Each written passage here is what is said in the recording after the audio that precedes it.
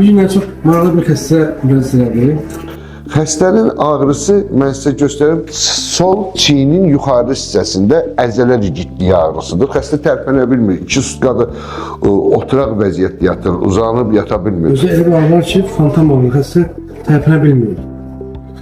Və bizim həkimlərimiz sağ olsun, endoskopist, həmin doktor xəstəyə müayinə edir, tomoqrafiya etdir. Məcbur olub bir kompüter tomoqrafiya elətdirim ki, ilkin istiqamət bizə versin ki, xəstədə nə var.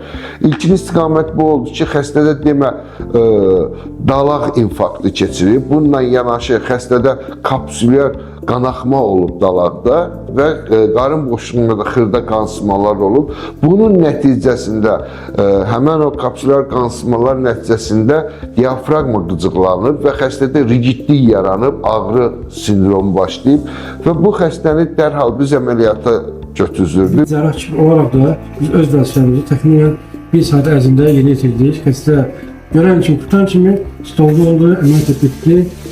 Yüksək səviyyədə aşağı qutunda böyük bir hematom var. Gördüyümüz kimi hematom görürsünüz hematomanı. Mən onu kəsirəm sizin yanınıza. Toz infarktı, bu nekrozdur, çürüyüb. Görürsünüz nekrozdur.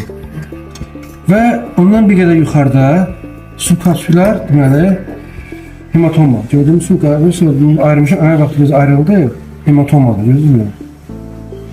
Böyle hematomadır, subkapsülər.